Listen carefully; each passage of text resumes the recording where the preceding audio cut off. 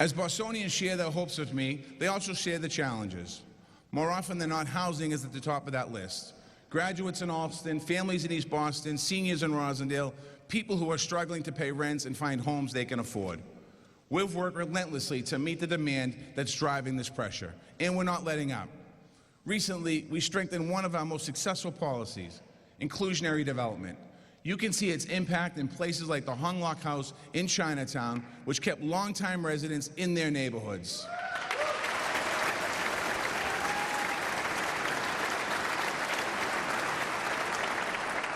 The new policy will bring more affordable homes where they're needed the most, and it will spur middle-class housing across this city. New homes will help bring costs back to working people's budgets. But many just want a fair deal where they live right now. Last year, we doubled the compensation people get when their apartments are turned into condos. But we should do more than compensate. We should help people stay in their communities. Tonight, I can announce a new Office of Housing Stability to do just that.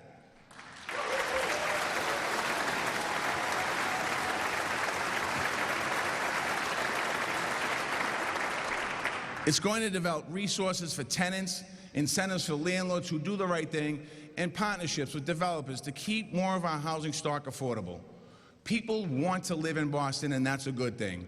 But we need to shape growth as a community, not let it shape us.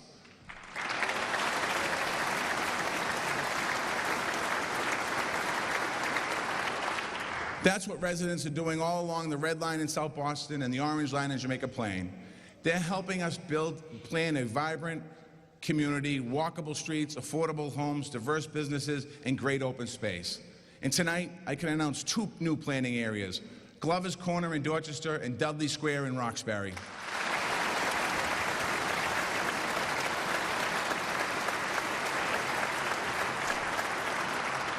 These conversations will unlock the vitality that makes city neighborhoods great.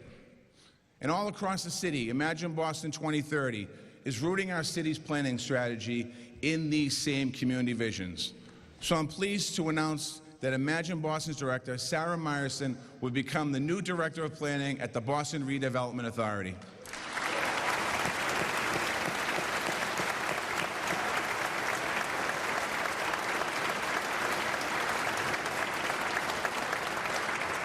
And while we plan, we'll invest in quality of life all across our city.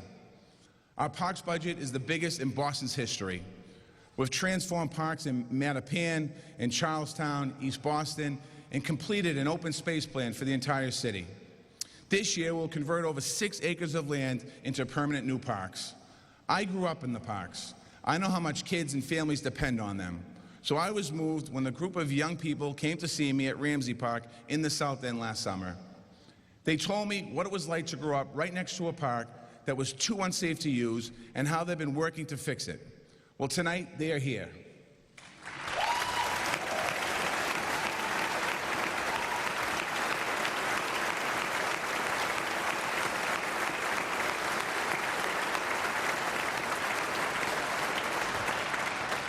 And I'm happy to tell them, because of your advocacy, with your input, we're going to completely renovate Ramsey Park.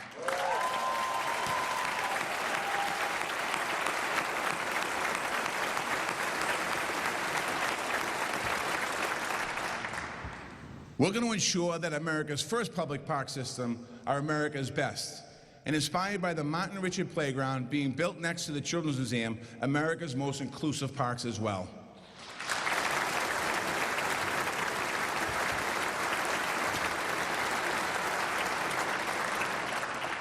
We're also deepening our commitment to the arts and culture.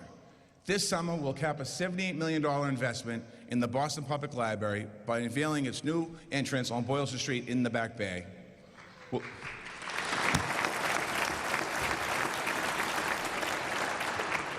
also complete Boston Creates, a roadmap for supporting the arts in every neighborhood, and we'll invest $1 million into local artists.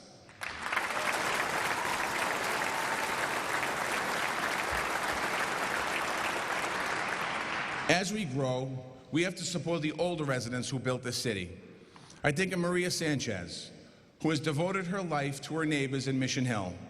Together, we celebrated 40 affordable senior apartments in a building named in her honor, by the Roxbury Crossing T-Stop.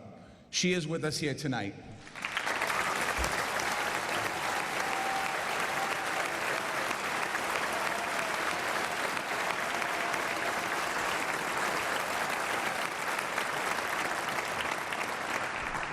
People like Maria are the reason we invested $3 million in senior housing, and we secured new senior discounts for water, for cable, and for internet rates.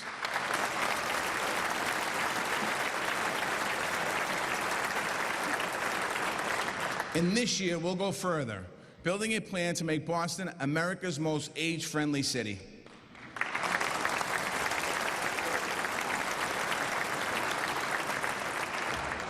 Workers and employers moving forward together. That's our economic vision, and it's proven success. What we offered GE was less an incentive package than a cultural advantage, innovation, education, and a community that works and grows together.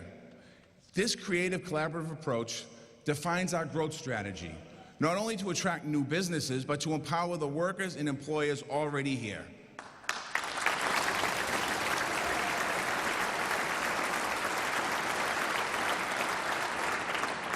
This year, we'll launch a business expansion toolkit to help employers add jobs and support workers.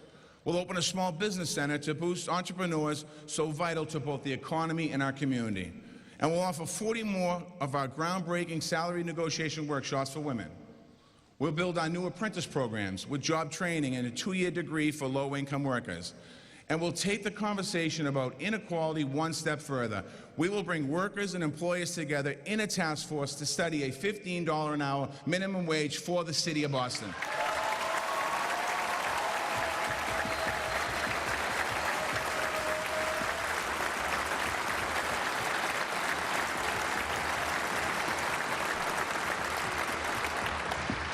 Wherever I go across the country, I'm asked about policing.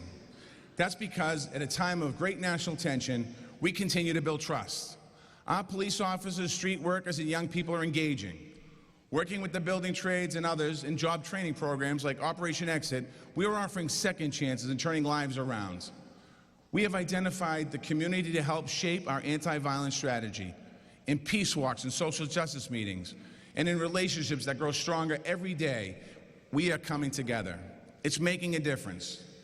Boston police officers this year took nearly 800 guns off the street.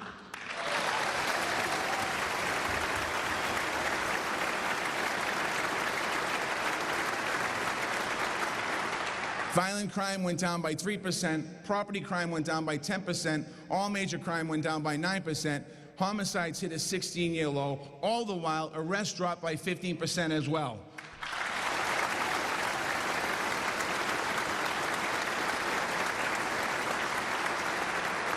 What that means is we are becoming a safer city, not by locking people up, but by lifting people up.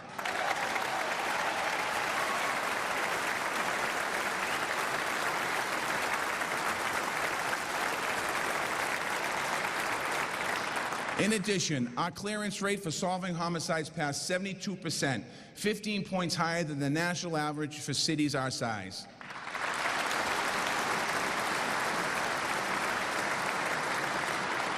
Our police and our communities are working together. It's not us and them in Boston, it's we, and we won't let up for a minute. With non-fatal shootings up slightly last year, we can't afford to. It's not just a city problem, it's America's problem. 2 weeks ago, I went to the White House, to Washington, and stood with the president as he unveiled next steps to keeping guns out of the hands of criminals. I said there what I say here: Americans agree on common sense gun reform.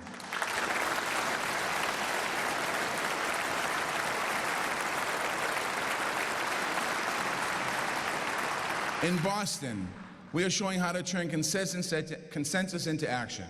So we'll keep working with our cities and states, with experts and survivors, with gun dealers and owners.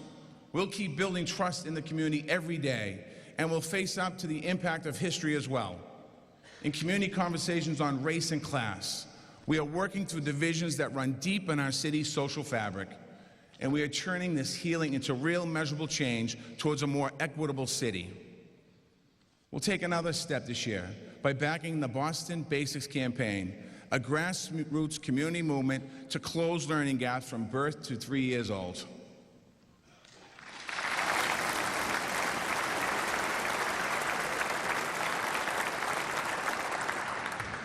We are breaking new ground and offering new hope. We are proving that when Boston comes together, when we truly act as one community, we can change our city and change the world. We've been doing it for a long time, from the first public library to the first Office of Recovery Services. Boston is a city on the cutting edge of the common good. We can do the same for urban education if we come together. We can do the same for housing and income and wealth inequality if we work together. That's what I ask each of us to commit to tonight. Bring to the table not just your own wants, but a vision for our common welfare. Find common ground, even when you don't agree with everything. Protect what we love about our city by sometimes embracing change.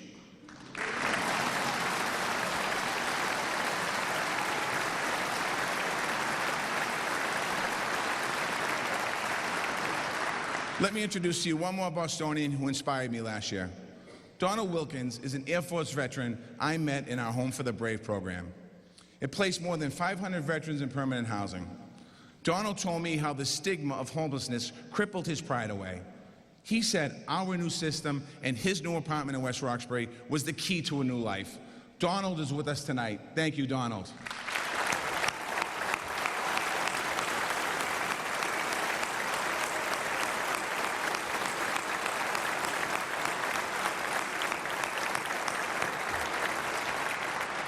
It's because of his courage and the courage of countless veterans like him that I am so proud to announce we have ended chronic veterans homelessness in the city of Boston.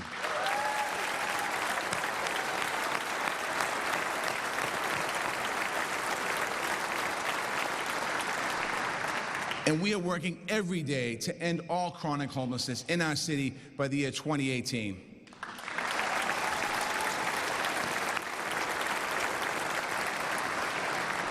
Tonight, I've asked Bostonians to come together, to go the extra mile, to make sure success reaches everyone. I've asked because I know not just the state of our city, but the soul of our city is strong.